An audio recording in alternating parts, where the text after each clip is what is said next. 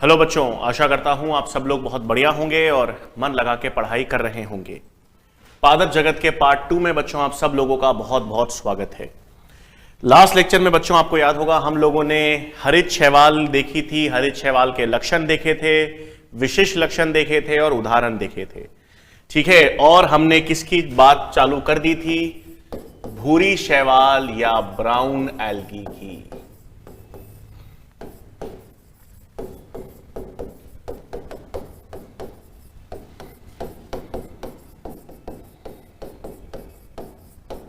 ठीक है बच्चों, भूरी शैवाल में हमने क्या क्या बात कर ली थी? हमने देखा था कि सबसे विभिन्न, साइज में, आकार में सबसे अधिक विषमता जो है वो किसमें देखी जाएगी? ब्राउन एल्गी में।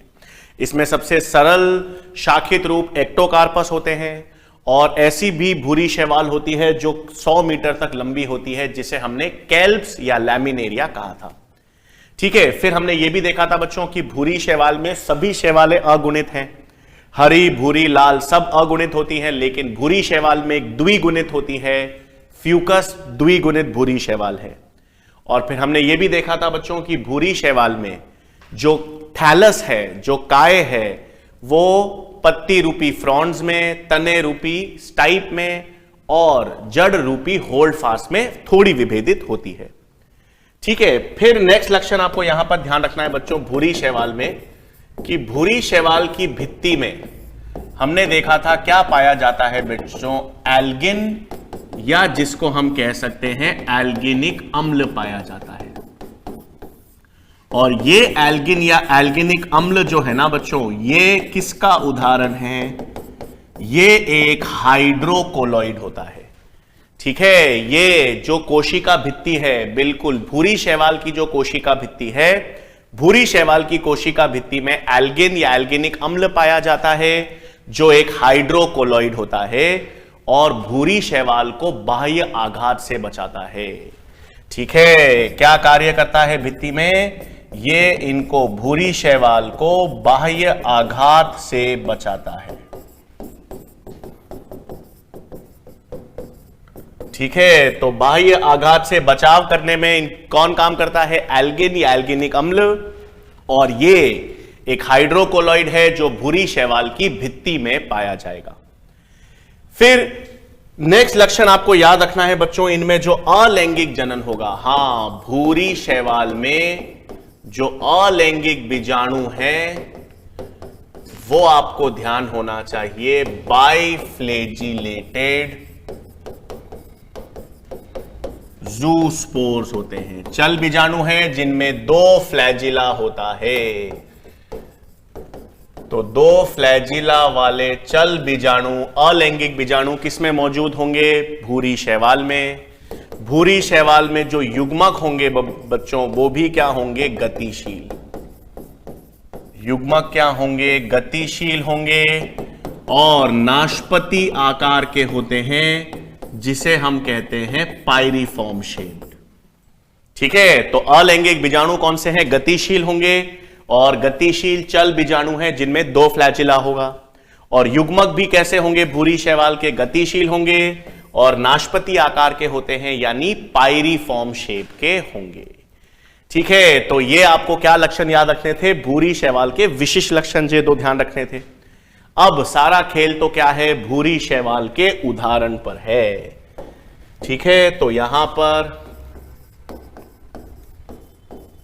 ब्राउन एल्गी या भूरी शैवाल के उदाहरण। ठीक है, अब उदाहरण में क्या क्या आता है हमारे पास? फ्यूकस, पोस्टेल्सिया,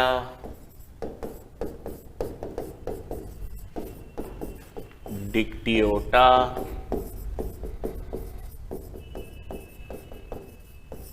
सैरगैसम, लैमिनेरिया, जिसे हम क्या कहते हैं? कैल्प्स। तो ठीक है, तो ये हमारे पास किस किस के उदाहरण आए हैं बच्चों? भूरी शैवाल के उदाहरण हैं। कौन कौन से उदाहरण आपको याद रखने हैं? आपको याद रखने हैं फ्यूकस, पोस्टेल्सिया, डिक्टियोटा, सरगैसम और लेमिनेरिया। हां, एक एक्टोकार्पस भी याद रख सकते हो, वो हमने लिख ही लिया था। ठीक है, तो ये तो सब किसके उदाहरण है बच्चों? भूरी शैवाल के उदाहरण हैं। अब इसमें याद क्या क्या रखना है? सबसे पहले तो इनमें सैरगैसम और लैमिनेरिया ये खाने योग्य होती हैं। खाने योग्य या जिसे हम कहते हैं एडिबल लवणीय शैवाल है। ठीक है, खाने योग्य कौन सी है? सैरगैसम भी होती है और लैमिनेरिया भी। खाने योग्य या एडिबल लवणीय शैवाल। ठीक है, वो सैरगैसम भी है, लैमिनेरिया भी है। इसके अलावा लैमिनेरिया से आयोडीन प्राप्त होता है।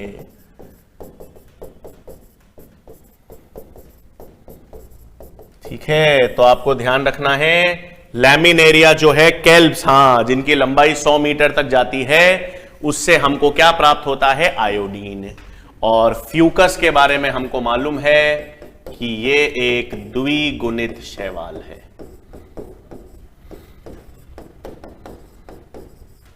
ठीक है, तो द्विगुणित शैवाल कौन सी हो गई बच्चों?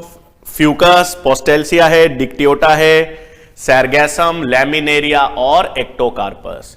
और खाने योग्य, खाने में या एडिबल शैवाल कौन सी हो गई? सैरगैसम, लैमिनेरिया। ये दोनों लवणीय शैल हैं। भूरी शैवाल अधिकांश कहां पर पाई जाती है? लवणीय जल में। तो लवणीय जल में पाई जाने वाली खाने योग्य लैमिनेरिया और सैरगैसम, और लैमिनेरिया से क्या प्राप्त होता है? आयोडीन भी प्राप्त होगा। तो ये हमने किसके विशेष लक्षण देख लिए बच्चों? भूरी शैवाल और भूरी शैवाल के उदाहरण। फिर तीसरे हमारे पास, तीसरे और आखिरी में क्या आ जाती है? रेड एल्गी या जिसे हम कहते हैं लाल शैवाल, यानी रोडोफाइसी। ठीक है, तो नेक्स्ट क्या आ जाती है हमारे पास? रेड एल्गी या लाल शैवाल। अब सबसे पहले बच्चों, लाल शैवाल जो है उसमें आपको क्या याद रखना है? सबसे पहली चीज याद रखनी है कि अधिकांश लाल शैवाल भी बहुकोशिकीय होती है। ठीक है, अधिकांश लाल शैवाल जो है, अधिकांश लाल शैवाल बहुकोशिकीय होती है, यानी मल्टी सेल्यूलर। भाई हमने देखा था भूरी शैवाल जो है, ब्राउन एल्गी, वो तो सारी की सारी बहुकोशिकीय है। हरित शैवाल में एक कोशिकीय रूप और बहुकोशिकीय रूप दोनों पाए जाते हैं।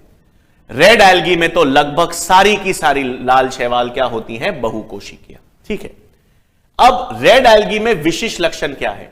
सामान्य लक्षण तो हमने देख ही लिए थे, इसमें क्लोरोफिल ए और डी होता है, लाल रंग फाइकोएरिथ्रिन के कारण होता है, संचित भोजन फ्लोरिडियन स्टार्च है, कोशिका भित्ति में सेल्यूलोज के साथ पॉलीसल्फेट एस्टर्स हैं, यह सब हमने देख लिया था। पहला विशेष लक्षण रेड एल्गी का यह है बच्चों कि यह एकमात्र ऐसी शैवाल है जो समुद्र की सतह पर भी पाई जाती है और गहराई में भी मिलती है। हां, समुद्र की गहराई में पाई जाने वाली शैवाल कौन सी होती है? लाल शैवाल। हरी और भूरी शैवाल जो होती है वो बहुत गहराई में नहीं होती समुद्र के, वो सतह पर पाई जाती हैं या सतह से थोड़ा नीचे होती हैं। लेकिन गहराई में पाई जाने वाली शैवाल कौन सी होगी? लाल शैवाल। तो यह शैवाल जो है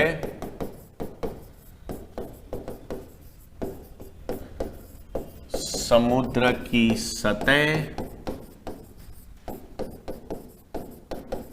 एवं गहराई में भी पाई जाती है।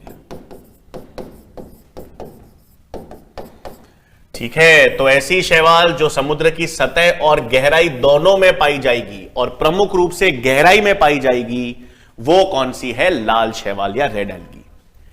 अब यहां पर बच्चों ये एक प्रभाव दर्शाती है जिसे हम कहते हैं गॉडीकॉव्स प्रभाव। गॉडीकॉव्स प्रभाव भी कह सकते हैं या क्रोमैटिक प्रभाव भी कह सकते हैं। गॉडीकॉव प्रभाव प्रकाश पे निर्भर है। यह कहता है कि जब यह शैवाल सतह पर होती है तो सतह पर तो यह नीली प्रतीत होती है, और जैसे जैसे ये गहराई में जाती रहती है वैसे वैसे ये लाल रंग की हो जाती है ना भाई। देखो ये लक्षण नील हरित शैवाल भी दर्शाता है, ये प्रभाव नील हरित शैवाल में भी होता है। और नील हरित शैवाल से ही किसकी उत्पत्ति हुई है? लाल शैवाल की। ब्लू ग्रीन एल्गी नील हरित शैवाल से ही लाल शैवाल की उत्पत्ति हुई है। इन दोनों शैवालों में फाइकोएरिथ्रिन और फाइकोसाइनिन दोनों वर्णक होते हैं। फाइकोसाइनिन नीले रंग का वर्णक होता है, फाइकोएरिथ्रिन लाल रंग का वर्णक होता है। तो इनमें नीले और लाल रंग दोनों वर्णक होते हैं। सतह पर जब प्रकाश ज्यादा होता है तो सतह पर ये नीले रंग के दिखाई देते हैं। जैसे जैसे गहराई में जाते हैं केवल वही प्रकाश काम कर पाता है जो फाइकोएरिथ्रिन को सक्रिय करता है, और गहराई में फाइकोएरिथ्रिन के कारण ये कैसे रंग के हो जाते हैं? लाल रंग के। तो लाल रंग तो किस कारण होता है भाई? फाइकोएरिथ्रिन वर्णक के कारण। और नीला रंग जो होता है वो होता है फाइकोसाइनिन के कारण। तो फाइकोसाइनिन नीला रंग, फाइकोएरिथ्रिन लाल रंग। नील हरित शैवाल हो या लाल शैवाल हो, सतह पर हमेशा किस रंग की दिखेंगी? नीले रंग की। और जैसे जैसे ये समुद्र की गहराई में जाएंगी प्रकाश की किरणों में, और फाइकोएरिथ्रिन के कारण ये लाल रंग की प्रतीत हो जाती है। तो इस प्रभाव को हम क्या कहते हैं? गॉडिकॉफ्स का प्रभाव या क्रोमैटिक इफेक्ट। फिर बच्चों मैंने आपको बताया था लाल शैवाल में कोई भी क्या नहीं पाया जाता। लाल शैवाल में मैंने आपको बताया था क्या नहीं पाया जाता भाई? फ्लैजिला नहीं पाया जाता। इसका मतलब इनमें जो अलैंगिक जनन होगा वो भी अगतिशील बीजाणु के द्वारा होगा, और जब लैंगिक जनन होगा उसमें भी अगतिशील युग्मक होंगे, है ना। तो लाल शैवाल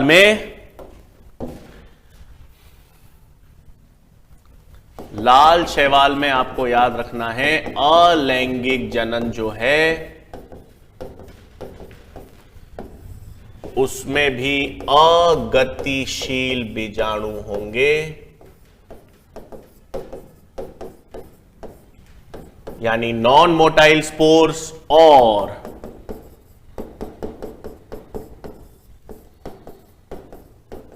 लैंगिक जनन में भी आपको याद रखना है अगतिशील युग्मक होंगे।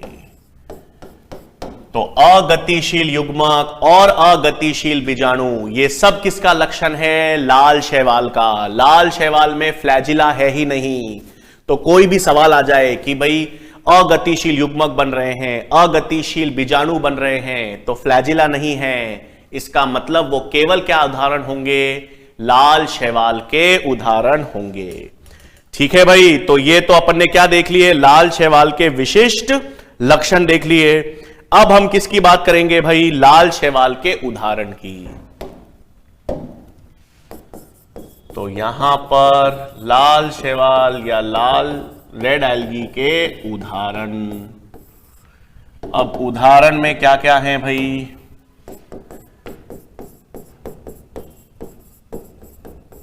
पोरफायरा,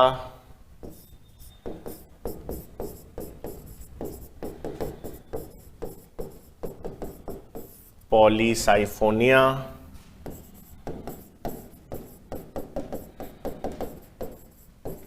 जेलिडियम,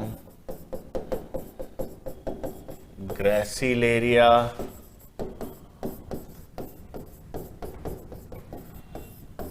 कॉन्ट्रस या आयरिश मॉस। ठीक है भाई। तो हमारे पास ये कुछ उदाहरण किसके आ गए भाई? लाल शैवाल के। Porphyra, Polysiphonia, Gelidium, Gracilaria, Chondrus. Porphyra जो है, हां, पोरफायरा भी खाने योग्य एडिबल है भाई। खाने योग्य या एडिबल लवणीय शैवाल है। जैसे हमने देखा था दो भूरी शैवाल, लैमिनेरिया और सैरगैसम, वैसे ही लाल शैवाल है पोरफायरा, ये खाने योग्य या एडिबल लवणीय शैवाल है। इसका डायग्राम भी एनसीईआरटी में दे रखा है। पॉलीसाइफोनिया का चित्र भी एनसीईआरटी में दे रखा है। जेलिडियम और ग्रेसिलेरिया ये जो लाल शैवाल हैं बच्चों, हां, इनसे अगार अगार प्राप्त होता है। इनको हम समुद्री खरपतवार भी कहते हैं, है ना। इसी को हम सीवीड या समुद्री खरपतवार भी कहते हैं। इससे अगार अगार प्राप्त होता है, जेलिडियम और ग्रेसिलेरिया। ये अगार अगार क्या है बच्चों? ये गाढ़ा बनाता है चीजों को। आइसक्रीम और जेलीज बनाने में, आइसक्रीम और जेलीज को गाढ़ा बनाने में किसका यूज किया जाता है? अगार अगार। फिर जब हम सूक्ष्म जीवों को, जीवाणु को लेबोरेटरी में वृद्धि करवाते हैं, संवर्धित करते हैं, तो वहां पर भी किसका प्रयोग किया जाता है? अगार अगार का। तो अगार अगार बिल्कुल कैसा है भाई? ये एक सॉलिडिफाइंग एजेंट है, और सॉलिडिफाइंग एजेंट है जो कहां पर यूज होता है भाई? सूक्ष्म जीवों के संवर्धन में,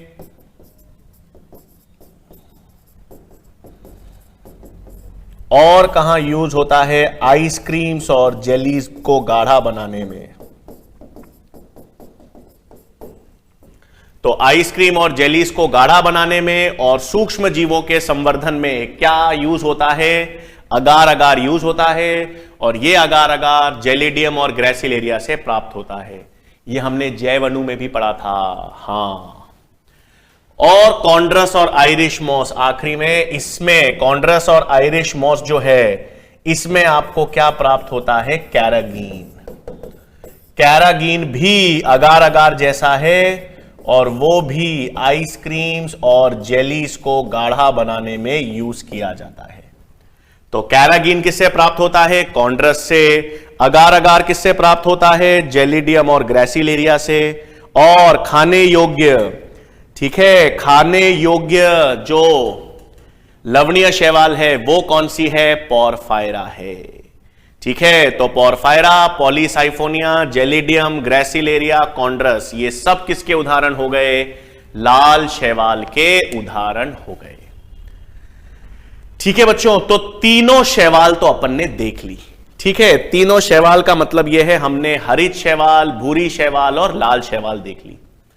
अब इसमें क्या याद रखना है? दो चीजें। एक तो सबसे पहले आर्थिक महत्व, ठीक है ना। यहां पर अगर हम देखें तो शैवाल का आर्थिक महत्व,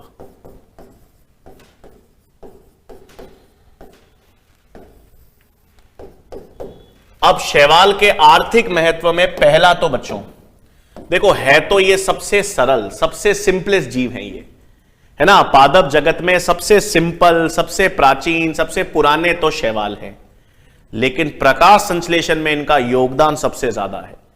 हां, 50% तक फोटोसिंथेसिस कौन करता है? शैवाल। ये सब बड़े बड़े पादप है ना, ब्रायोफाइट, टेरिडोफाइट, जिम्नोस्पर्म, एंजियोस्पर्म, ये सब बड़े बड़े पादप नाम के हैं। हां, प्रकाश संश्लेषण में 50% प्रकाश संश्लेषण तो केवल यही शैवाल करते हैं बेचारे। हरित शैवाल, लाल शैवाल, भूरी शैवाल, और वो डायनोफ्लैजिलेट्स और क्राइसोफाइट्स, है ना। तो पहला तो आर्थिक महत्व है कि लगभग पहला लक्षण तो यह है बच्चों कि लगभग 50% प्रकाश संश्लेषण शैवाल के द्वारा होगा, के द्वारा किया जाता है। ठीक है, फिर अपन ने देख ही लिया खाने योग्य शैवाल कौन सी हैं। खाने योग्य यानी एडिबल शैवाल कौन सी हैं? तो दो तो भूरी शैवाल देखी अपन ने, लैमिनेरिया और सैरगैसम, और एक अपन ने देखी लाल शैवाल, पोरफायरा, है ना भाई। तो ये सब लैमिनेरिया, सैरगैसम, पोरफायरा, ये सब खाने योग्य क्या है? खाने योग्य एडिबल शैवाल है। ठीक है भाई, तो ये अपन ने किसकी बात कर ली भाई? शैवाल की। पादप जगत में सबसे पहले अपन ने क्या देखा? पादप जगत में हमने यही तो देखा है, सबसे पहले किसकी बात कर रहे हैं भाई हम? शैवाल की। शैवाल के सामान्य लक्षण हमने देख लिए, हरी शैवाल, भूरी शैवाल और लाल शैवाल की बात कर ली, और उनके आर्थिक महत्व। अब एल्गी या शैवाल के बाद नेक्स्ट हमारे पास कौन से पादप आएंगे भाई? उससे थोड़े ज्यादा विकसित, यानी ब्रायोफाइट्स। तो अब हम आज किसकी बात करेंगे? ब्रायोफाइटा की, है ना? किसकी बात करेंगे भाई? ब्रायोफाइट्स की बात करेंगे। अब ब्रायोफाइटा पादप जो हैं, सबसे पहले तो हम ब्रायोफाइट्स के आवास की बात करें। तो देखो भाई, ये जो सारी शैवाल थी, ये सारी शैवाल तो पानी में रहती है ना? सभी की सभी शैवाल जो होती हैं वो जलीय या एक्वेटिक है। ठीक है, आपको याद रखना है, ये जितने भी हमने शैवाल पढ़ी ना, इनका आवास देखा था अपन ने। सभी शैवाल जो हैं वो क्या होती हैं? एक्वेटिक या जलीय हैं। ठीक है, अपन ने हरित शैवाल देखी थी। हरित शैवाल अपन ने देखी कि वो शुद्ध और लवणीय जल दोनों में होती है, और भूरी शैवाल और लाल शैवाल जो है वो अधिकांश लवणीय जल में आती है। इसका मतलब शैवाल वाला जो पादप है ये तो सब जल में रहता है।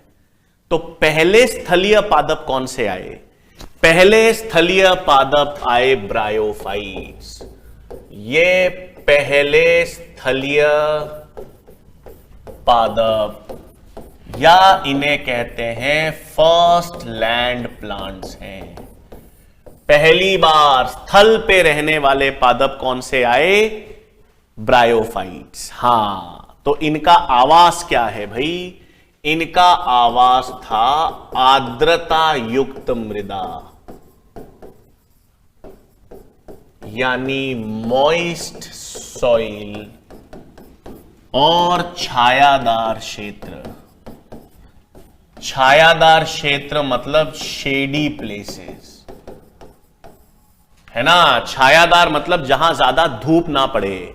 तो जहां पर ज्यादा धूप नहीं होती, ज्यादा प्रकाश नहीं होता, कम प्रकाश होता है, इसलिए इन पादपों को कहते हैं स्कायोफाइट्स, है ना? स्कायोफाइट्स का मतलब है शेड लविंग प्लांट्स, छाया प्रिय पादप।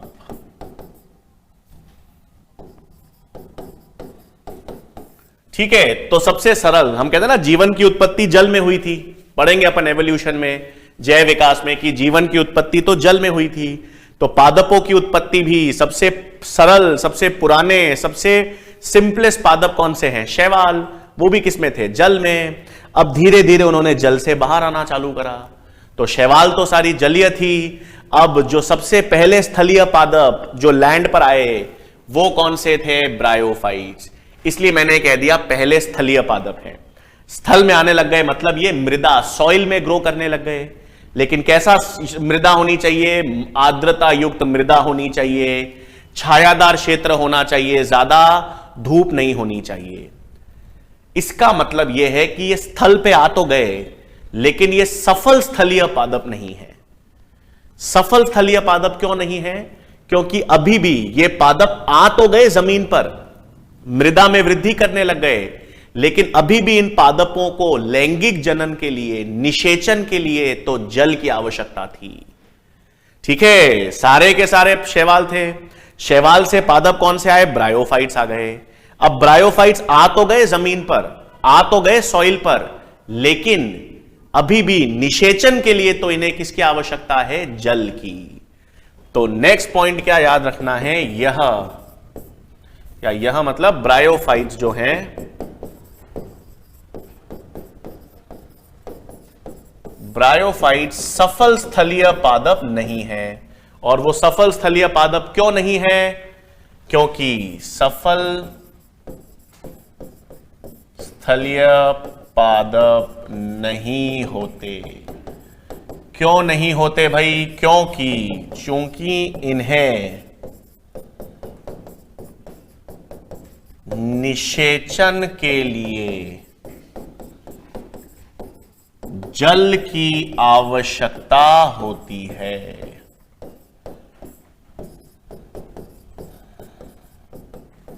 ठीक है भाई, तो ये पहले पादप हैं जो स्थल पे तो आ गए, पहले पादप हैं जो मृदा या सॉइल में तो आ गए, पहले पादप, लेकिन अभी भी ये निषेचन नहीं कर पाते। निषेचन के लिए तो इन्हें जल की आवश्यकता होती है, तो क्योंकि निषेचन के लिए जल की आवश्यकता है इसलिए इनको सफल स्थलीय पादप नहीं कहते, और निषेचन के लिए जल की आवश्यकता है इस कारण इन्हें पादप जगत के उभयचर या एम्फीबियंस कहा जाता है।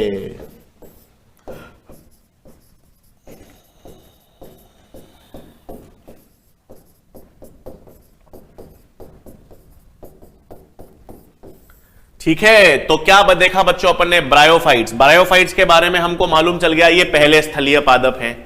अब ये जल में नहीं रहते तो ये मृदा या सॉइल पे हैं, तो है तो स्थलीय पादप। ऐसे स्थल पे रहते हैं, ऐसे जमीन पे रहते हैं जहां पर मृदा, जहां पर आर्द्रता, नमी हो, पानी हो और छाया अधिक हो। छाया प्रिय पादप हैं इसलिए इनको मैंने स्कायोफाइट्स कह दिया। फिर भले ही ये स्थलीय पादप हैं लेकिन इनको सफल स्थलीय पादप नहीं कहते, सक्सेसफुल लैंड प्लांट्स नहीं कहते। क्यों कहें? क्योंकि इनको निषेचन के लिए तो जल की आवश्यकता है। तो अभी भी ये रहते भले ही जमीन पे हैं बट निर्भर तो जल पर हैं, इसलिए सफल स्थलीय पादप नहीं कहते। और क्योंकि इनको निषेचन के लिए जल की आवश्यकता होती है, निषेचन के लिए किसकी आवश्यकता होती है? जल की। इस कारण इनको पादप जगत के उभयचर या एम्फीबियंस कहा जाता है। ठीक है, तो ये तो अपन ने बात की सबसे पहले पादपों की, फिर ब्रायोफाइट्स की। फिर नेक्स्ट लक्षण क्या है भाई ब्रायोफाइट्स का? अभी तक भी ब्रायोफाइट्स भी शैवाल से तो विकसित है। ब्रायोफाइट्स शैवाल से तो विकसित होना चालू हो गए ना, लेकिन अभी भी इनमें संवहनीय उत्तक नहीं आया। शैवाल में भी संवहनीय उत्तक नहीं था, ब्रायोफाइट्स में भी संवहनीय उत्तक जाइलम फ्लोएम नहीं है। और जाइलम फ्लोएम नहीं होता ना, इसलिए ब्रायोफाइट्स ऐसे लंबे नहीं हो पाते। ये भी ऐसे चादर पर, ये भी एक मृदा पर या सॉइल पर चादर के रूप में बिछे होते हैं, साइज छोटी होती है। क्योंकि जब पादपों की साइज बढ़ेगी तो फिर तो जाइलम और फ्लोएम के द्वारा जल और खनिज को ऊपर पहुंचाना पड़ेगा। तो ब्रायोफाइट्स में भी संवहनीय उत्तक नहीं आए हैं, तो इनकी हाइट भी लंबी नहीं होती। ये भी ऐसे मृदा पर चादर के रूप में बिछे रहते हैं। तो नेक्स्ट लक्षण ब्रायोफाइट्स का भी क्या हो गया भाई? ब्रायोफाइट्स में संवहनीय उत्तक नहीं होते। तो नेक्स्ट लक्षण ब्रायोफाइट्स में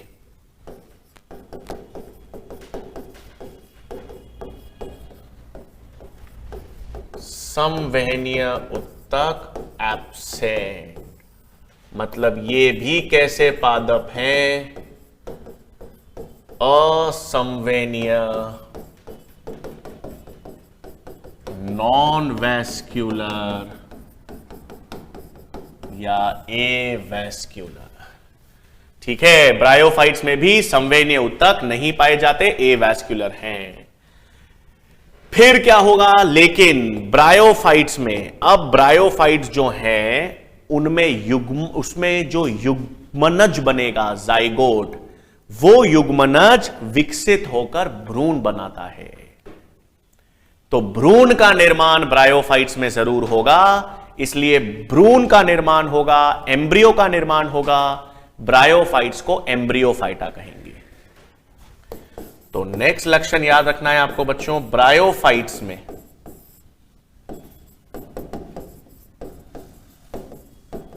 युग्मनज से भ्रूण का निर्माण होता है। ठीक है, और भ्रूण का निर्माण होता है, एम्ब्रियो का निर्माण होता है, इसीलिए हम क्या कहते हैं?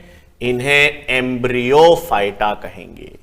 क्या कहेंगे बच्चों? इनको अपन एम्ब्रियोफाइटा कहेंगे, क्योंकि ब्रायोफाइट्स में सबसे पहली बार किसका निर्माण बन गया भाई? भ्रूण का निर्माण बन गया। अब इनकी जो मुख्य काय है, अब शैवाल जो था बच्चों, शैवाल की मुख्य काय में तो थैलस था। शैवाल की जो मुख्य काय थी वो तो थैलस थी, तने, मूल और जड़ों में विभेदित नहीं थी। तो मुख्य काय में विभेदन कहां प्रारंभ हो जाएगा? ब्रायोफाइट्स में। अब ब्रायोफाइट्स विकसित होंगे ना, तो ब्रायोफाइट्स ऐसे मूल रूपी, तने रूपी और पत्ते रूपी संरचनाओं का निर्माण प्रारंभ कर देंगे। भाई विकास हो रहा है, शैवाल से अधिक विकसित ब्रायोफाइट्स हैं। तो शैवाल से अधिक विकसित ब्रायोफाइट्स कैसे हो गए?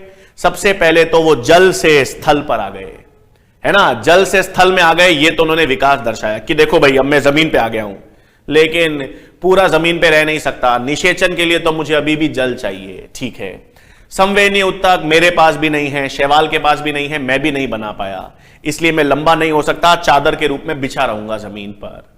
फिर हां, लेकिन मैंने भ्रूण बनाना चालू कर दिया, तो शैवाल से अधिक विकसित हो गया, भ्रूण बनाऊंगा, मैंने एम्ब्रियोफाइटा। फिर मेरा जो मुख्य काय है उसमें विभेदन चालू कर दिया भाई मैंने तने रूपी, पत्ती रूपी और मूल रूपी संरचनाएं बनानी चालू कर दी। तो नेक्स्ट लक्षण क्या याद रखना है ब्रायोफाइट्स का भाई? ब्रायोफाइट्स में मुख्य काय का विभेदन प्रारंभ हो जाता है।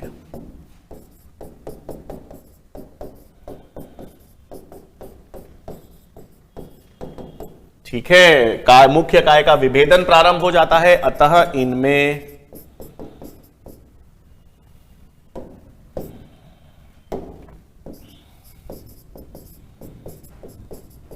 पत्ती रूपी,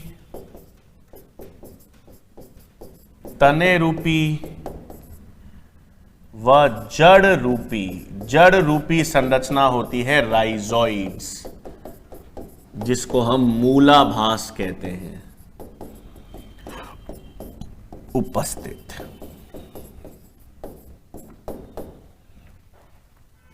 ठीक है, तो क्या देखा भाई अपन ने? ब्रायोफाइट्स में संवेदनीय उत्तक तो आए नहीं, संवेदनीय उत्तक नहीं आए, लेकिन क्या विकास हो गया?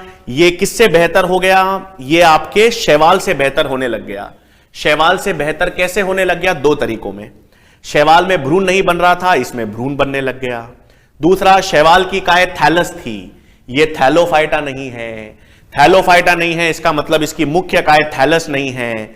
अब उसने हाथ पांव मारने चालू कर दिए, विभेदन चालू कर दिया, यानी उसने पत्ती रूपी संरचनाएं, तने रूपी संरचनाएं और जड़ रूपी संरचनाएं, राइजोइड्स या मूलाभास बनाना चालू कर दिया। ठीक है, इसका मतलब ब्रायोफाइट्स में जब अपन ब्रायोफाइट्स की बात करते हैं तो ब्रायोफाइट्स है तो असंवेदनीय, मतलब नॉन वैस्क्यूलर या एवैस्क्यूलर हैं, और इनको हम क्रिप्टोगैम्स कहते हैं, है ना। तो नॉन वैस्क्यूलर या एवैस्क्यूलर क्रिप्टोगैम्स, क्योंकि इसमें बीज नहीं बन रहे। फिर ब्रायोफाइट्स में एम्ब्रियो तो आ गया, भ्रूण, इसलिए इसको क्या कहेंगे? एम्ब्रियोफाइटा। ठीक है, ब्रायोफाइट्स में भ्रूण बनने लग गया, इसलिए इनको एम्ब्रियोफाइटा कहेंगे। लेकिन संवेदनीय उत्तक इनमें नहीं आए हैं, नॉन वैस्क्यूलर या एवैस्क्यूलर क्रिप्टोगैम्स हैं, और ये छायादार क्षेत्रों में रहते हैं, है ना। छाया प्रिय पादप हैं, जहां पर धूप कम हो, छाया ज्यादा हो, वहां पर पाए जाएंगे, इसलिए इनको क्या कहते हैं? स्कायोफाइट्स। तो याद रखना, स्कायोफाइट्स नाम, एम्ब्रियोफाइटा नाम, असंवेदनीय क्रिप्टोगैम, ये सब जो हैं वो किसके लक्षण हैं? ब्रायोफाइट्स के। अब ब्रायोफाइट्स की मुख्य बॉडी की बात करें। अब पहली चीज, ये जो ब्रायोफाइट्स हैं, हां, ब्रायोफाइट को अगर आप देखते हो, है ना, अगर आपको कोई ब्रायोफाइट दिखाई देता है तो उसकी जो मुख्य पादप काय है ब्रायोफाइट्स की, वो भी अगुणित होगी। हां, शैवाल भी अगुणित थी, ब्रायोफाइट्स की भी जो मुख्य काय है, मुख्य पादप काय है, वो अगुणित होगी, और उसी मुख्य काय पर युग्मक का निर्माण होगा। तो मुख्य पादप काय अगुणित है, यानी हैप्लॉइड है, और उसी मुख्य काय पर किसका निर्माण होगा? युग्मक का निर्माण होगा। इसलिए ऐसी मुख्य पादप काय को युग्मकोद्भिद या गेमीटोफाइट कहेंगे। ठीक है, तो क्या है भाई, इधर ब्रायोफाइट्स की बात कर रहे हैं। ब्रायोफाइट्स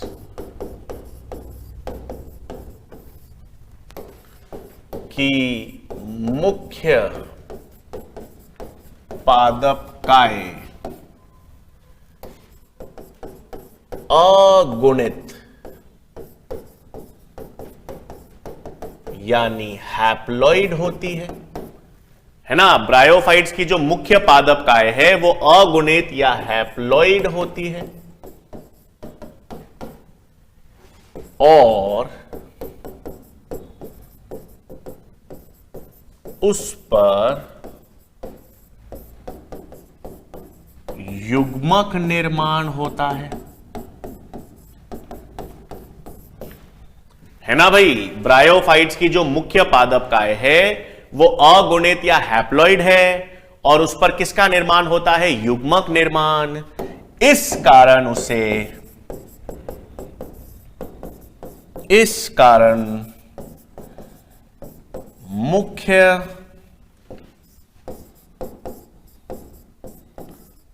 पादपकाय को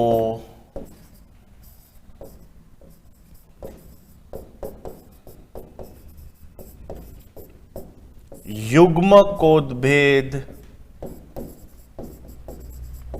या गैमीटोफाइट कहते हैं।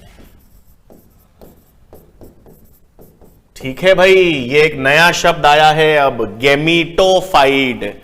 गैमीटो मतलब युग्मक, फाइट मतलब प्लांट बॉडी। ठीक है, तो जो मुख्य पादप काय है, ब्रायोफाइट की जो प्रमुख काय है, प्लांट है ना, ब्रायोफाइट एक पादप है, अगर आप उसको देख रहे हो तो उसकी जो मुख्य काय है, जो तने रूपी, पत्ती रूपी और जड़ रूपी संरचना में विभेदित है, वो अगुणित है और उस पर युग्मक का निर्माण होगा। इसलिए उसे अपन ने क्या नाम दे दिया, युग्मकोद्भेद या गैमीटोफाइट। इसे क्या कहेंगे, एन। अगुणित है, हैप्लॉइड है, तो उसे क्या कहेंगे, एन कहेंगे। ठीक है, अब पूरे ब्रायोफाइट का जीवन चक्र समझना पड़ेगा। ठीक है, अब मैं क्या समझाऊंगा बच्चों, चार्ट से ब्रायोफाइट्स के जीवन चक्र की अपन बात करेंगे। अब आ जाओ, ब्रायोफाइट की जो मुख्य काय है, 8 मिनट, मुख्य, 1 सेकेंड, मैंने यहां पर लिख लिया अब गैमीटोफाइट।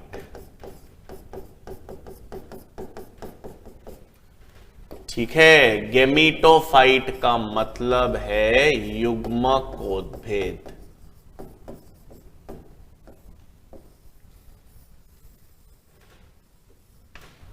ठीक है, ये हमारे पास एन अगुणित है और यही मुख्य पादपकाय है। तो ब्रायोफाइट की मुख्य पादपकाय जो है वो मैंने क्या नाम दे दिया, गैमीटोफाइट या युग्मकोद्भेद। क्यों कहा युग्मकोद्भेद, क्योंकि पहले तो ये अगुणित है, और युग्मक नाम क्यों दिया, क्योंकि इस पर युग्मक बनेंगे। अब देखो बच्चों, यदि इस पे युग्मक बनेंगे, है ना, इस युग्मकोद्भेद पर हम युग्मक बनाएंगे। अब अगर युग्मकोद्भेद पर युग्मक मतलब नर युग्मक और मादा युग्मक बनेंगे, ये तब बन पाएंगे ना जब इस पे नर और मादा लैंगिक अंग हो। भाई नर युग्मक के लिए नर लैंगिक अंग होना चाहिए, मादा युग्मक के लिए मादा लैंगिक अंग होना चाहिए। तो गैमीटोफाइट में पहली चीज, नर लैंगिक अंग को कहते हैं एंथरीडिया। क्या नाम है भाई, एंथरीडिया। इसका मतलब नर लैंगिक अंग। और इसी प्रकार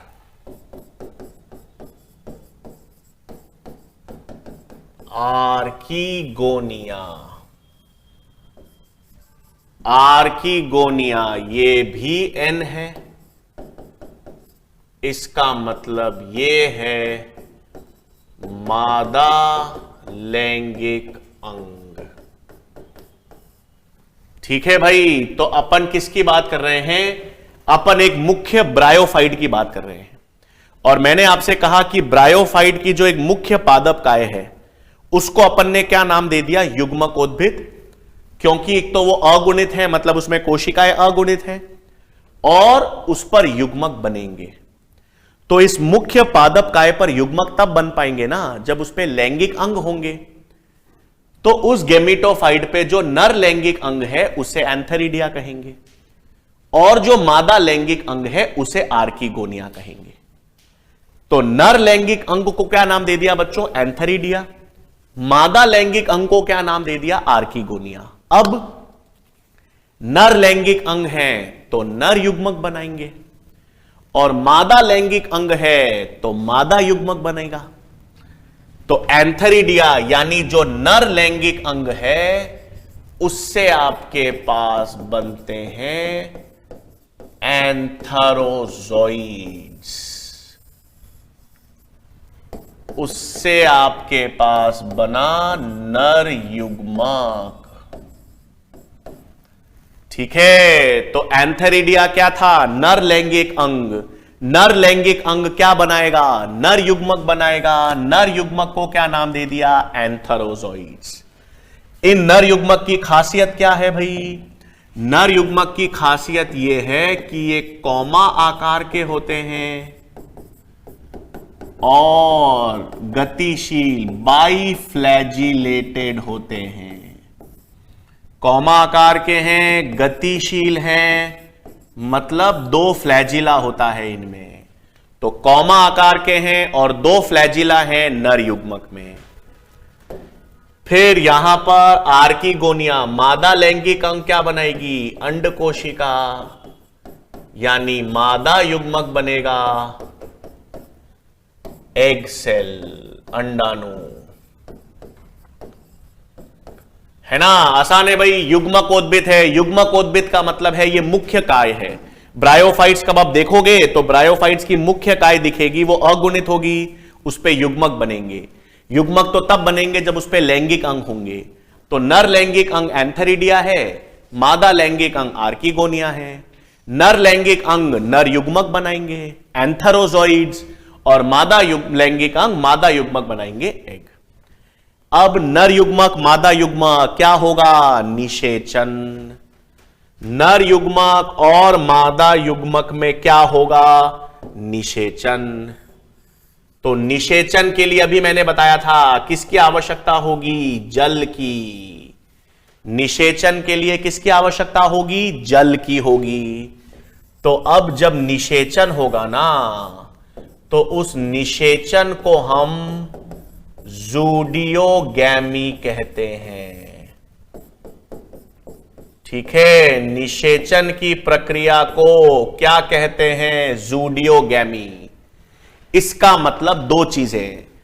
निषेचन को ज़ूडियोगैमी क्यों कहा? क्योंकि दो चीजें हैं। एक तो निषेचन के लिए जल की आवश्यकता है,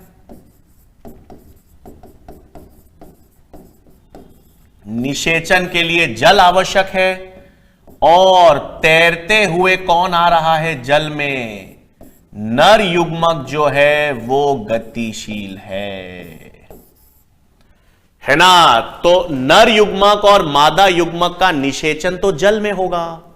निषेचन जल में होगा तो जल आवश्यक है निषेचन के लिए, और नर युग्मक उस जल में तैरते हुए मादा युग्मक तक पहुंचेंगे। तो नर युग्मक गतिशील हैं और निषेचन के लिए जल आवश्यक है। इन दोनों लक्षणों के आधार पर निषेचन को क्या कहते हैं? ज़ूडियोगैमी। निषेचन को क्या कहते हैं? ज़ूडियोगैमी। अब निषेचन हुआ तो निषेचन से क्या बनेगा? युग्मक, सॉरी युग्मनज। निषेचन से क्या बनेगा भाई? युग्मनज यानी जाइगोट।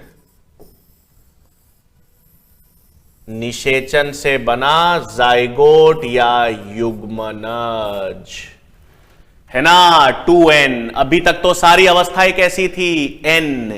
पहली बार युग्मनज जाइगोट बना 2n, कैसे बना? निषेचन से। अब ये युग्मनज विकसित होगा, ब्रायोफाइट्स है ना भाई, तो विकसित होगा। विकसित से क्या बनाएगा? विकास के द्वारा भ्रूण या एम्ब्रियो।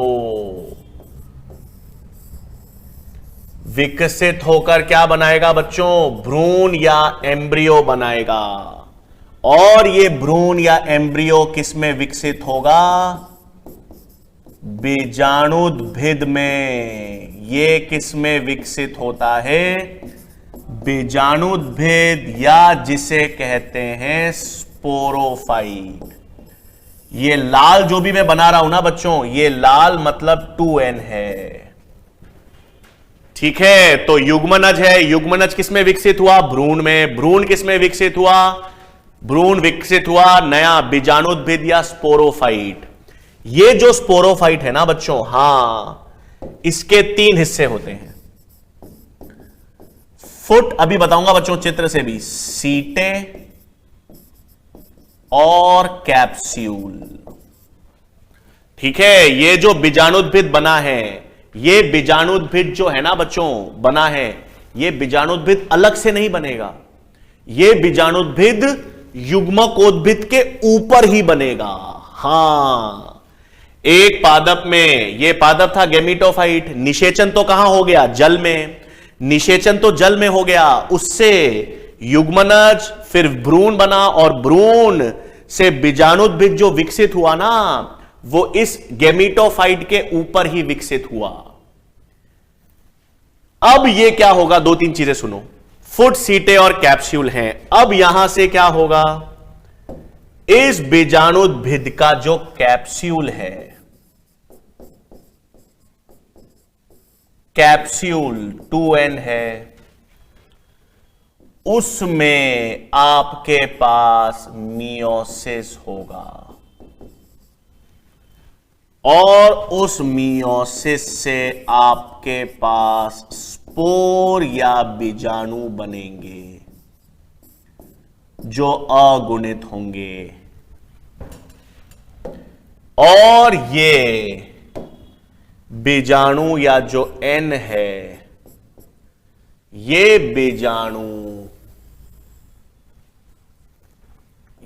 बीजाणु जो है, ये अंकुरण के द्वारा,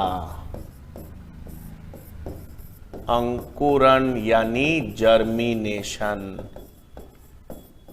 जो कि प्रत्यक्ष भी हो सकता है या अप्रत्यक्ष भी हो सकता है, क्या बना देगा? गेमिटोफाइट। देखो भाई क्या बनाया भाई, ये क्या है सर?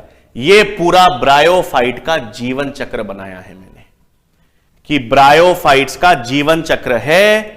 सुनो वापस और समझो क्या क्या कहना चाहता हूं, कई सारे सवाल इसी में बन जाते हैं।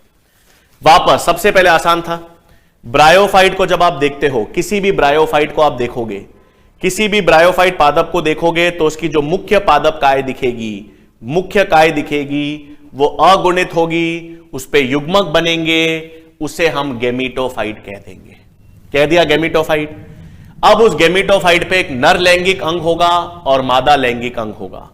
नर लैंगिक अंग एंथेरिडिया, मादा लैंगिक अंग आर्किगोनिया। तो नर लैंगिक अंग से बनेंगे नर युग्मक एंथेरोजोइड्स, मादा लैंगिक अंग से बनेंगे मादा युग्मक अंडकोशिका। नर युग्मक जो है वो कौमा आकार के होंगे, छोटे होंगे और गतिशील होंगे, फ्लैजिला होगा। अब नर युग्मक को, अंड कोशिका को या एग सेल को क्या करना है? निषेचित या फर्टिलाइज। निषेचन के लिए 2 चीजें हैं।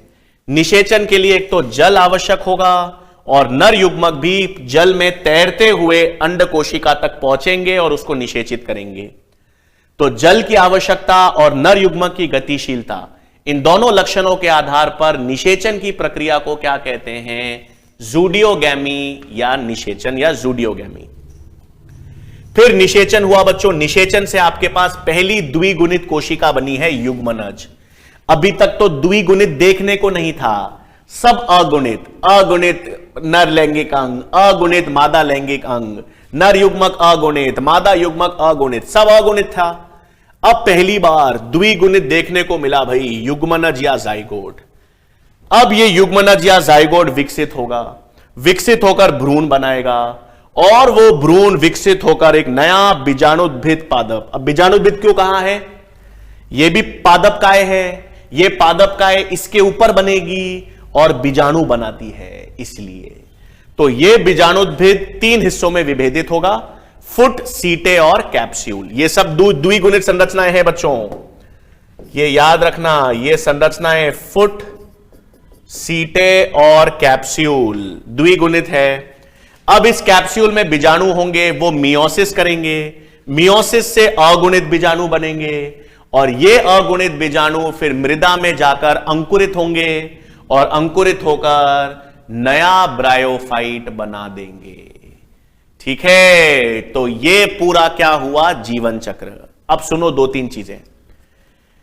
इस जीवन चक्र में अगुणित अवस्था भी है, द्विगुणित अवस्था भी है ना? इस ब्रायोफाइट के जीवन चक्र में अगुणित अवस्था भी है, द्विगुणित अवस्था भी है। तो इस जीवन चक्र को अपन हैप्लोडिप्लॉन्टिक कहते हैं। तो पहली चीज तो आपको ध्यान रखनी है, ब्रायोफाइट्स का जो जीवन चक्र है, ये जो अपन ने बनाया,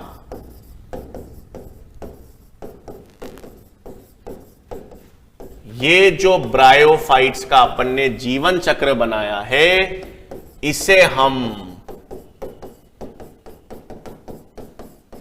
हैप्लोडिप्लॉन्टिक चक्र कहेंगे भाई। क्या कहेंगे? हैप्लोडिप्लॉन्टिक। हैप्लो मतलब अगुणित भी है, डिप्लॉन्टिक मतलब द्विगुणित भी है। क्यों हैप्लोडिप्लॉन्टिक कह रहे हैं? क्योंकि इसमें अगुणित अवस्था भी बनती है, द्विगुणित अवस्था भी बनती है, पहली चीज। दूसरी चीज, युग्मकोद्भिद भी पादप काय है, बीजाणुद्भिद भी पादप काय है, लेकिन मुख्य प्रभावी कौन है? हुक्म किसका चलेगा? गेमीटोफाइट का। बीजाणुद्भिद तो बेचारी है। बेचारी क्यों? क्योंकि ये बीजाणुद्भिद अलग से रह नहीं सकती। किस पे रहती है? ये इस युग्मकोद्भिद के ऊपर ही रहेगी, किराएदार है भाई, तो मकान मालिक का ही तो हुक्म चलेगा। तो गेमीटोफाइट तो आपके पास मकान मालिक है, जिसका मकान है, ये मुख्य काय है। ये बीजाणुद्भिद तो बेचे किराएदार हैं, उसी के ऊपर रह रहे हैं, गेमीटोफाइट पर निर्भर हैं, आवास के लिए भी निर्भर हैं, पोषण के लिए भी निर्भर हैं। मतलब ये जो बीजाणुद्भिद है ना बच्चों, फुट, सीटे और कैप्सूल, ये प्रकाश संश्लेषण नहीं कर सकते। फुट, सीटे, कैप्सूल, इनमें कोई प्रकाश संश्लेषी संरचना है ही नहीं।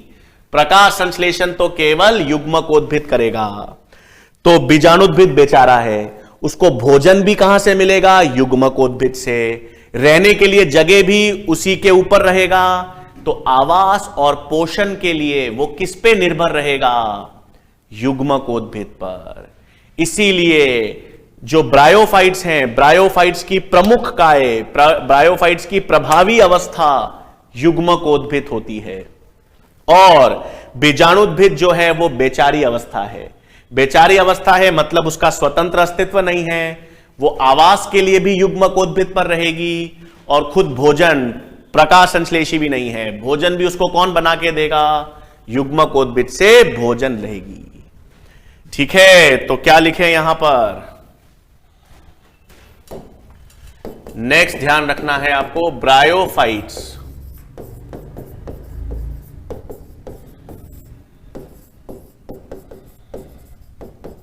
की प्रभावी यानी डोमिनेंट अवस्था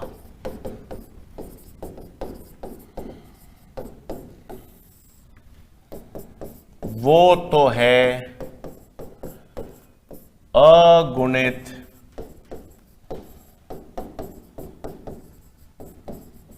युग्मकोद्भिद, है ना? जो प्रभावी अवस्था है वो क्या है? अगुणित युग्मकोद्भिद है। और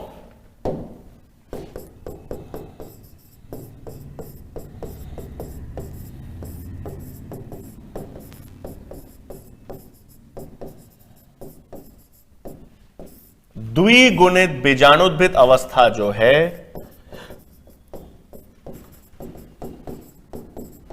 आवास एवं पोषण के लिए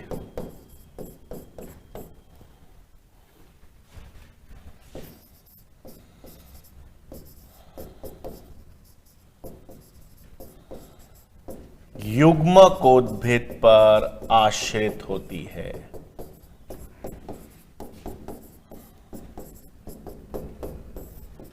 ठीक है, तो जो आपके पास द्विगुणित बीजाणुद्भिद अवस्था है, ठीक है, जो द्विगुणित बीजाणुद्भिद अवस्था है बच्चों, वो बेचारी है, किराएदार है। आवास और पोषण दोनों के लिए किस पर आश्रित है? दोनों के लिए वो युग्मकोद्भिद पर ही आश्रित होती है। ठीक है, तो इस जीवन चक्र से दो चीजें अपन ने देख ली। पहली चीज तो अपन ने देखी कि ये ब्रायोफाइट्स का जो जीवन चक्र है, इसमें युग्मकोद्भिद अवस्था यानी अगुणित अवस्था भी है और बीजाणुद्भिद अवस्था द्विगुणित अवस्था भी है, दोनों है। इसलिए इसको अपन हैप्लोडिप्लॉन्टिक चक्र कहते हैं, हैप्लोडिप्लॉन्टिक चक्र कहते हैं, पहली चीज। दूसरी चीज मैंने बताया, मुख्य मकान मालिक जो है, जिसका मकान है, जिसकी मुख्य पादप काय है, वो तो युग्मकोद्भिद है, उस पर बीजाणुद्भिद कुछ समय के लिए रहेगा। ठीक है, और भोजन भी उससे ग्रहण करेगा। तो आवास और भोजन के लिए बीजाणुद्भिद जो है वो किस पे निर्भर करेगा? युग्मकोद्भिद पर। फिर नर लैंगिक अंग बता दिया मैंने, मादा लैंगिक अंग। नर लैंगिक अंग एंथेरिडिया है, मादा लैंगिक अंग आर्किगोनिया। नर युग्मक का लक्षण याद रखना, जो नर युग्मक होते हैं ब्रायोफाइट्स के, जो एंथेरोजोइड्स हैं, कौमा आकार के होंगे, दो फ्लैजिला होंगे, गतिशील होंगे। निषेचन की प्रक्रिया जूडियोगैमी, क्योंकि निषेचन के लिए क्या चीजें जरूरी हैं? निषेचन के लिए जल आवश्यक होना चाहिए, और नर युग्मक क्या होते हैं? गतिशील। युग्मनज बन गया, युग्मनज से भ्रूण, भ्रूण का निर्माण होगा, एम्ब्रियोफाइटा। बीजाणुद्भिद जो है वो 3 हिस्सों में विभेदित है। बीजाणुद्भिद जो ब्रायोफाइट्स का है वो कितने हिस्सों में विभेदित है? 3, फुट, सीटे और कैप्सूल में विभेदित है।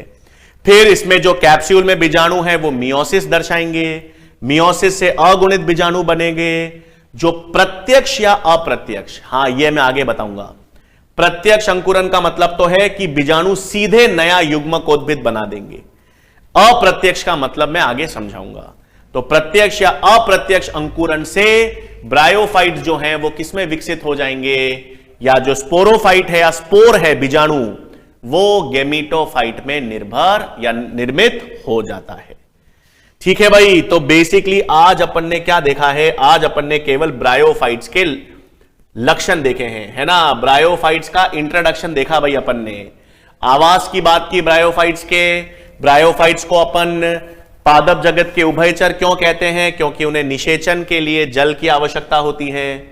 फिर अपन ने देख लिया ब्रायोफाइट्स में संवहनी ऊतक तो अभी तक नहीं आए, अभी तक, लेकिन भ्रूण बनने लग गया, छायादार पादप हैं और इनमें काय का विभेदन चालू हो गया, तने जैसे, पत्ती जैसे, जड़ जैसी संरचना इनमें आ गई।